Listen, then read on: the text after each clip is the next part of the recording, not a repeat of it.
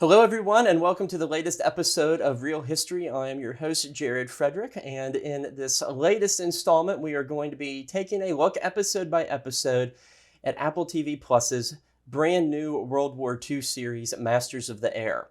I had the opportunity to attend the premiere in New York City recently. I had the chance to view the first episode on the big screen, which was quite the experience. And then we were all treated to a subsequent panel discussion with several of the actors, including Austin Butler and Callum Turner, the two main characters in the series. What we are going to be doing in this episode is that we will be analyzing part one. I will say that you should be mindful of spoilers as we proceed, but we can, of course, find the historical subject matter and fates and experiences of several of the real-life characters as we dig through the various sources. All in all, I walked away fairly impressed from this first episode, but let's delve into some of the characterizations and complexities that the characters confront therein. So without further ado, let's take a look at episode one of Masters of the Air. So you're Bucky and he's Buck? That's a long story. Oh, I should have introduced them earlier. Just leaving them alone. All right, so let's introduce our two main protagonists, the Dick Winters and Lewis Nixon character equivalents for this series, if you will. Gail Cleven, who's played by Austin Butler, was about 22 years old when the war began, but he had actually been a pilot for a couple of years by that point. He hailed from Wyoming. He was a star at baseball, basketball, football. He was, by all accounts, a fairly athletic individual, so it seemed. He later attended the University of Wyoming at Laramie for about 3 years. Not sure if he finished his degree, and he was later employed by a drilling company, and so that was some of his civilian experiences. He actually entered the peacetime Army Air Corps as an aviation cadet, and he received his flight training in Texas and a few other air bases, and he eventually gained his flight wings in November of 1940. At the time of this scene, he was courting the young lady who we see here, a woman by the name of Marjorie Spencer. And I looked her up in the newspaper archives. And at this time, she was finishing up her studies at the Texas Technological College. The man that Gail and Marjorie are referencing in this scene would become Cleven's partner in crime, both men nicknamed Bucky, ironically enough, and that is John C. Egan. Egan was born in 1915. He was born in Wisconsin. He was actually the son of a game warden. And Cleven later described Egan as a very likable drinker who really enjoyed carousing in English pubs when they were stationed overseas.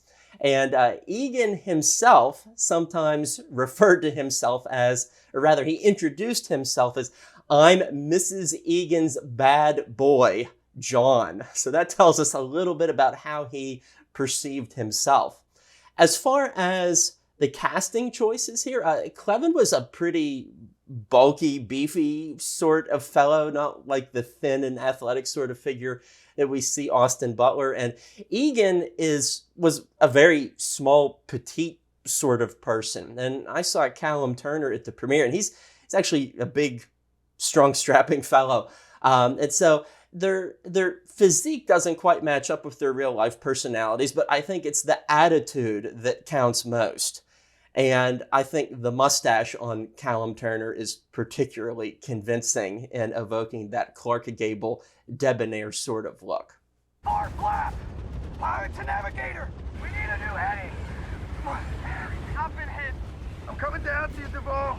The 389th Bomb Group actually flew B-24s, not B-17s, as we see here. And it actually didn't first enter combat until July 1943, 2 months after this scene. And those missions were in Italy and Sicily. So, but all that said, I I do like the conclusion at the end of this sequence when the skipper tells Egan they'll figure it out. That is to say, don't tell your men, the incoming men of the 100th Bomb Group, about what they're about to go through. And I think all of this certainly speaks to the level of mental and psychological shock that a lot of the characters are soon to encounter. Something else that's worthy of pointing out is the fact that I think this series appears to be a lot like The Pacific rather than Band of Brothers, because it seems to forego any aspects of stateside training. We go to some early war home front conversations and people saying goodbye, much like we saw with Bob Lucky's character in The Pacific, and then we're thrown right into the maelstrom. So there's no waiting here. There's no training period, as we saw in Band of Brothers. I say we call this fort Alice from Dallas. Alice from Dallas.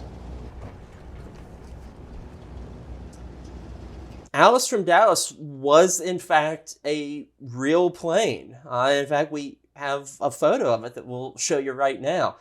She was manufactured in early 1943, but, well, spoiler alert, unfortunately, that plane goes missing in August 1943 on a mission to Regensburg. So, as I said, not everybody or every aircraft is going to come out of this series unscathed. Lights down. Yep. Lights at quarter. With this landing approach scene in Greenland, I like how it shows the B-17 with some cumbersome heft, I think we could say. Though the subsequent shot of Cleven telling a Fortress to pull up shows perhaps the plane with a little bit more agility than what it actually had in real life. In this scene, we also get a depiction of the Bluey West 1 airfield in Greenland, and that was a halfway point. It was a pit stop, and it hosted some 10,000 aircraft, tens of thousands of more airmen en route to Europe or North Africa and throughout Nova Scotia, Greenland, Labrador, and whatnot. There were a lot of airfields like this that served as a rest and refueling point before airmen had to embark upon their first arduous journey across the North Atlantic. This place was quite a substantial operation. And here too, I dug around in the newspaper archives a little bit. And there was one 1944 article that said that even an Eskimo could be discouraged at this place in Greenland because of the adverse conditions. And I found within that same article, planes were actually chained down to heavy trucks sometimes when they landed for fear that the strong winds there would actually topple the planes over or flip them over. And so the depiction of the incredibly strong winds here is not an exaggeration whatsoever. Hiya, Crank. Heard you boys had a rough landing. My best friend, Joe Bubbles Payne, and I were navigators, so location was important to us. Yes. Crookshank, also lovingly known as Crankshaft among some of his comrades. But as we get introduced to some of these characters, it almost hurts a little bit because having researched some of these guys to an extent, I just know that not all of them are going to make it. But still, without spoiling a whole lot here, we are being shown somebody who does survive the war, and that is our narrator, appropriately enough, the real-life navigator by the name of Harry Crosby. He becomes a very important figure in the history of the 100th Bomb Group because he, in essence, becomes the unit historian in the decades after the war, and he also writes this magnificent book, A Wing and a Prayer. And this book is really at the heart of what Masters of the Air is all about. Incredibly insightful, and Harry Crosby just really does his fellow servicemen a lot of justice with a lot of the insight that he has to share in that memoir. And it's full not only of insight, but a lot of self-deprecating humor. A really humble guy. I would have loved to have had a beer with him. Crosby described himself in the book as being driven by the Calvinist work ethic. And he applied that same sort of ideal to his own work, although initially with a little bit of trouble once he joins the 100th Bomb Group. And even better yet, in the book and in subsequent post-war interviews, he describes the bomb group as full of raunch. He said they were a raunchy bunch, which I think is a very apt description. We now see the area known as East Anglia, where a lot of these groups within the 8th Air Force were located. Specifically, we are introduced to Thorpe Abbotts, which was also known as Station 139. That was the home to the 349th, the 350th, the 351st, and the 418th squadrons within the 100th Bomb Group. The base itself was located about 100 miles north of London, not too far away from Norwich. And in another book by a member of the 100th Bomb Group, Luck of the Draw by Frank Murphy, there's some pretty good descriptive of that base. And this is what he had to say about the location. As at Poddington, the airfield at Thorpe Abbotts was altogether different from our air bases in the United States, which were wholly self-contained and completely isolated from the civilian world outside. At Thorpe Abbotts, the runways, hard stands, hangars, living quarters, and support buildings had all been squeezed in among quiet, quaint cottages, flat green fields, small forests, winding lanes, streams, and tiny crossroads that had been cleared in places for eons. It was indeed an ancient land. Thorpe Abbotts was one of 11 sites in the Norfolk area where round-towered stone churches had been erected by the Saxons almost 1,000 years before the U.S. 8th Bomber Command arrived. So there was very much a sense of history and heritage, and there would also be plenty of opportunity for mixing and mingling with the civilian populace. Tough enough with zero visibility, but I had another problem. Uncontrollable air sickness. Poor old Crosby, something that he wrote rather in-depth about in his book. Once again, speaking to his humility and a complete lack of ego for the most part, is the frequency of his air sickness, especially earlier on in some of his earliest travels and missions. Although I believe he said in his book that the only time that he had real problems with air sickness is when they were flying below the altitude of 10,000 feet. Once they got above the altitude of 10,000 feet and he put on his oxygen mask, his air sickness and his vomiting was greatly alleviated. We got a gremlin in the electrical. Give us a holding pattern while we figure this out, Cross. I also like the reference that Brady, Crosby's skipper, makes to gremlins. And gremlins was the universal phrase used to describe some unknown anomaly within your aircraft, a problem that you couldn't explain why it was happening. And this joking banter that went around. Oh, there's gremlins crawling around in the landing gear or engine number 2 or something like that. So it's a good use of 1940s lingo here. Son of a bitch. That's France! Pilots and crews, flag ahead! Hold on! Shit! And yes, indeed, this too is something that Crosby wrote about. He said that they almost accidentally flew into a Nazi-occupied France. It's a very brief mention of this in the book. I'm not sure if they actually flew into flak when that occurred, but it certainly draws a line of delineation. It certainly says, oh, okay, over there, across the channel, across the North Sea, there are bad guys over there in Europe. And this scene serves as an exclamation point to that. Horace! Thanks for the bikes! I'll get you next time. There's a lot of great little details to pull from this scene of the Jeep driving through base. We see the bikes in the back, and American troops were paying something like £4 or £5 per bicycle, and there was a big shortage of them due to everybody wanting one because of gas rationing and whatnot. But bikes were incredibly practical because these bases were huge. You had long distances to cover. Not everybody had a Jeep. I've spoken to several airmen, including one who's a very good friend of mine, John Homan, who was in the 489th Bomb Group.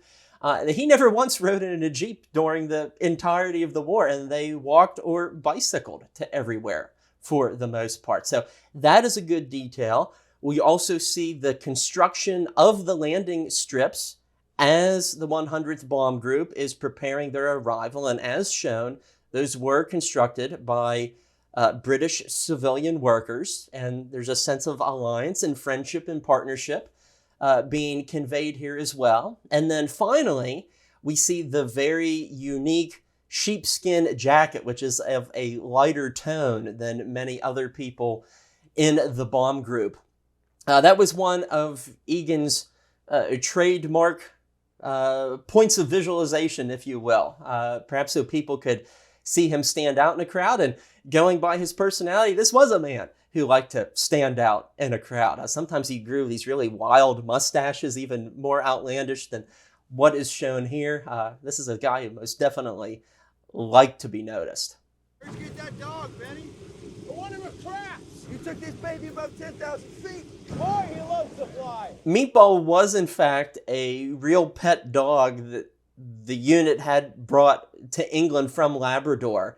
But the dog had a bad tendency of getting into trouble because sometimes he would wander into nearby farms and he would eat and maul the chickens and create quite a mess and create perhaps a little bit of friction between the American airmen and their British neighbors.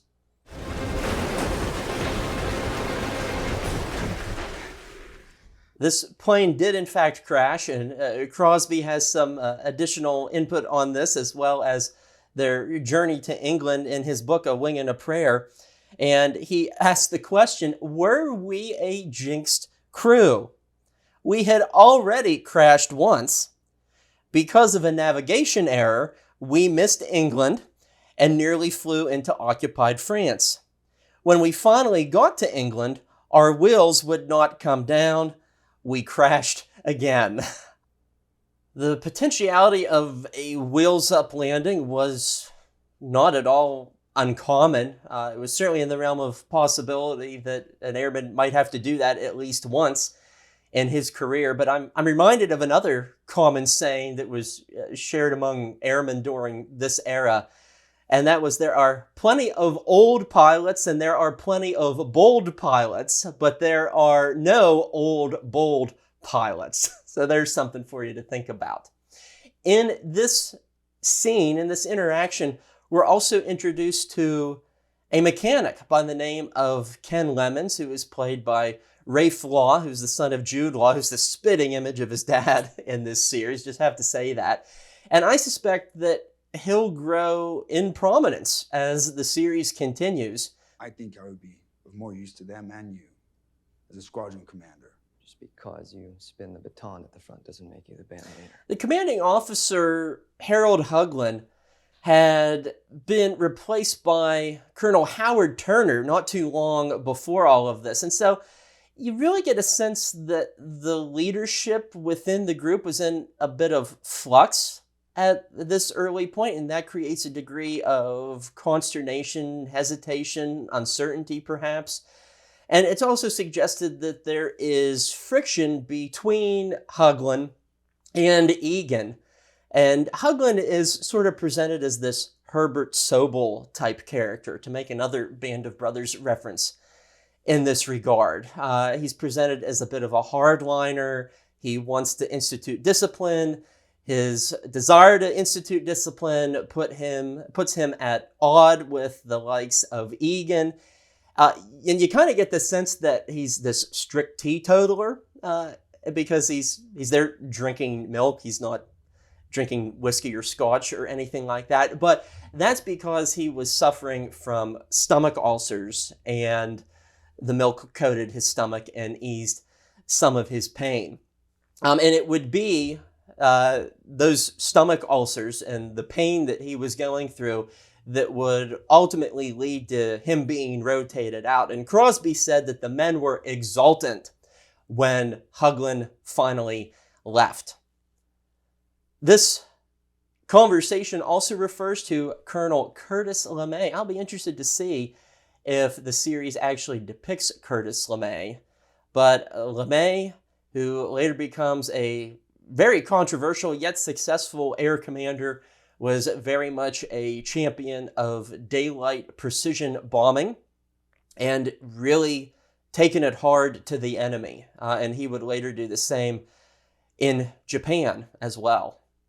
Within days, they woke us up for our first mission. With hundreds of hours of flight training in the States, we had to believe we were prepared. This scene really resonates because it was something that was universally felt among these air crews. You would get back from a mission, perhaps, you would see your name or your crew number on the chalkboard for the next day, and men would just sigh out, "Oh, Jesus Christ, again?" And you'd go to bed at 10 p.m. or midnight, only to be woken up at 4 a.m. the next day. I love that they're showing the cooks. I love that throughout this series, we're seeing cooks, mechanics, firemen, military policemen, British civilians. You really get a sense of this being the military city that it was. But a point on breakfast, oftentimes the food that men were getting, they often weren't real eggs. They were sometimes powdered eggs. This is referred to in the series as potentially a Last Supper. But so too, you had to eat a lot of food. A big breakfast. You know, the old saying is that breakfast is the most important meal of the day. That was doubly so for World War II airmen, because you might be in your plane for 8 to 12 hours and you couldn't take food with you. And so breakfast had to often last you the entire day. Chuck, pass the salt, please. Would you please toss the salt over your shoulder so we can all get on with our breakfast? Throwing the spilt salt over your shoulder is a nice touch here, because superstition was such a huge component of the daily lives and worldviews of these World War II airmen. They would often carry talismans with them, rubber bands, snow globes, St. Christopher medals, photos of loved ones, a lucky scarf that you got off your girlfriend or you bought on Savile Row in London. Superstition was something that was very much alive and real to these men. The new CO flying with us? Don't worry about the CO. Worry about your flying. I want formation so damn tight you wouldn't be able to slip a dime through our wingtips. The importance of a tight formation is stressed here, and rightly so, because if your plane or your squadron was somehow fell behind, or you fell aside from the core element of the group, you were going to be easy pickings for German fighters. But much like the thought of their Civil War forebears, the idea is that if you could mass and concentrate your fire, either when you drop your bombs or when you're defending yourself against incoming German fighters, if you could mass your fire, you were going to be a lot better off. Target for today is Bremen. We'll be hitting the U-boat pens on the Weser River. This June 25th, 1943 mission to Bremen did in fact occur. They did in fact strike the U-boat pens that were located there. And as is described in this briefing scene, if you wanted your convoys full of soldiers and supplies to make their way across the Atlantic, you needed to strike the German Navy where they operated. And for more on this, you can check out another Apple production that Tom Hanks is involved in, and that is the movie Greyhound. Excellent depiction of all of that. There is also reference to Tail End Charlie, which was an incredibly vulnerable position. It evokes some of the other phrases that were often used by airmen. You didn't want to be stuck in coffin corner and the likes. They had all these macabre names for these undesirable positions in formation. But in addition, I think this briefing scene does a really good job of showing the complexity. There were a lot of layers to this orientation. You had your flight officers, you had your meteorologists. There was so much data to remember. It's amazing that these guys were able to concentrate and absorb all of that in the manner that they did. What's your quote for the day? I'm a fly like an angel today, not die like one. A great detail is that we see their blue underwear in the background, their heated underwear, and you just need to think of it like it's their big electric blankets. They would plug them in to the interior of the plane once they got in, and those are the layers of clothing that prevent you from freezing to death. Additionally, and I'm going to show you an artifact here because I love doing show and tell, I have here an original bomber jacket. It's a little bit weathered. It has a few tears in it, but I think all in all, it has aged quite well.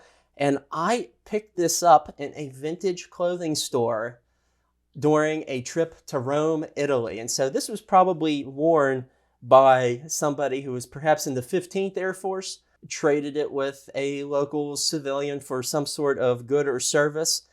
And when I saw this hanging from the ceiling, I thought, that is definitely coming home with me. And so this is very comparable to what would have been worn in the 8th Air Force. Such a cool artifact. Circle up! So now we see Curtis Biddick, who is portrayed by the great Barry Keoghan. Biddick was born in Wisconsin in 1915. He, too, like many of these pilots, went to college. He went to UC Davis. He was planning on engineering in animal science. Like a lot of these airmen, you needed to have a college education or the equivalent because this was new scientific stuff and you needed to be semi-educated in many regards. Biddick enlisted as an aviation cadet in the Air Corps in 1942, and he was later assigned to the 100th in the spring of 1943, just a few weeks before the scenes depicted here. It's interesting that he's kind of depicted as with this Brooklyn accent. In the film, I suppose in reality, he would have had a Wisconsin accent, but perhaps it's difficult for an Irish actor to do a Wisconsin accent. I'm not altogether certain. But something else here too, Gail Cleven actually flew this mission with Mark Carnell's crew, and he led the high squadron in that mission. He didn't fly with Curtis Biddick as shown here.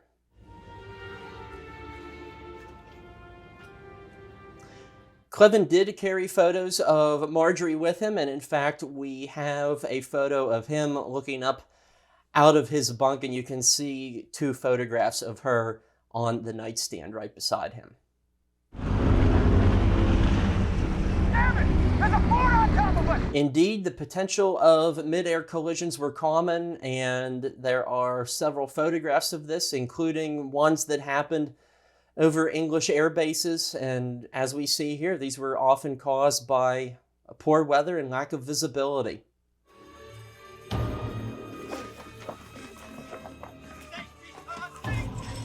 A good detail is that we see the German gunners with red collars, and that's the sort of uniform distinction that flak artillerymen with the Luftwaffe had, and those gunners, of course, are using the incredibly imposing flak 88s, which was a multi-purpose weapon that could be used against airplanes as well as infantry. And this gun was ubiquitous, and all German artillery was referred to as an 88, even if it wasn't, just because that was the level of fear and lethality that was associated with them. We also see some windmills in the background. And that's because on this mission in particular, the 100th had to fly over the Netherlands for a spell before they crossed the German border on their way to their objective. So hence the presence of windmills. Top search and crew, 12 o'clock high, fighters! 12 o'clock high, perhaps a subtle acknowledgement to the classic movie of the 1940s starring Gregory Peck. But in this scene, we get a sense of what happens to squadrons that don't keep up with the rest of the bomb group. It shows what happens when you don't stay in your tight formation. The Luftwaffe is going to go after you. It's going to pick you off one by one. And they're going to do so sometimes at closing speeds of 600 miles per hour. I mean, this was the stuff of nightmare fuel. All this said, what we see here in some of these scenes is what we see in a lot of World War II movies. You get the sense that, I mean, these look like fighter jets. And perhaps it looks like they're moving at a faster speed than what that actually may have appeared like in real life. But in the era and with the mindset of Top Gun, perhaps you need to up the ante a little bit to create an additional level of fear for viewers, perhaps. Several of these shots are eerily reminiscent of real-life footage shot by the cameramen of Hollywood director William Wyler, who embedded themselves with these various 8th Air Force groups. And I have no doubt that the filmmakers used archival material as such for visual reference in these recreations. Really looks good. 7, 8, 9, 10, 11, 12. The officers nervously counting the incoming planes from the control tower was often referred to as sweating them in.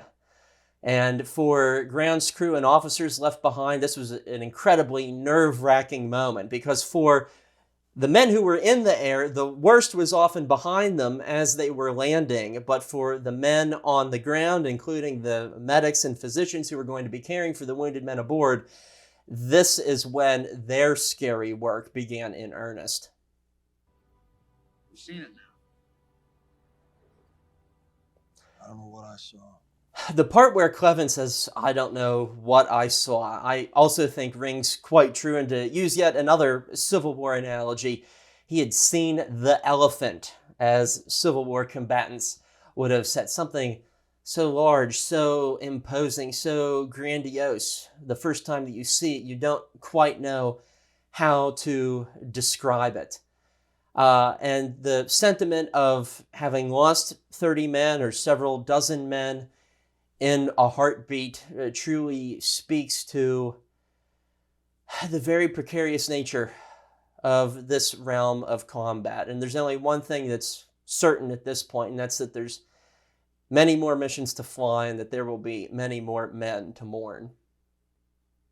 I'd like to leave you with the thoughts of a navigator from the 100th named Jim Brown, who I think best summarized the attitude of several of his comrades after they went through this first trial by fire and had to largely jettison their bombs into the Channel or on Germany. And he said, "The men were saddened, depressed, and numb with grief for several days at the loss of 30 men with whom they had lived and laughed and worked and played for the prior 7 months. If ever there had existed the thought that the war was a glamorous, exciting adventure for those who wore the silver wings, such thought was erased on the 25th of June. From that day on, we all realized that our job was dirty, dangerous, and downright brutal. Any feeling of our personal immortality left us swiftly on that day." And I think that this episode captures the essence of that thought. And for that reason, I give this episode a hearty thumbs up. We hope to continue our conversation on Masters of the Air in future episodes. In the meantime, we welcome you to hit that subscribe button below. We look forward to exploring this new series with all of you, our dedicated viewers. Thanks for tuning in, and until we see you next time here on Real History, stay curious.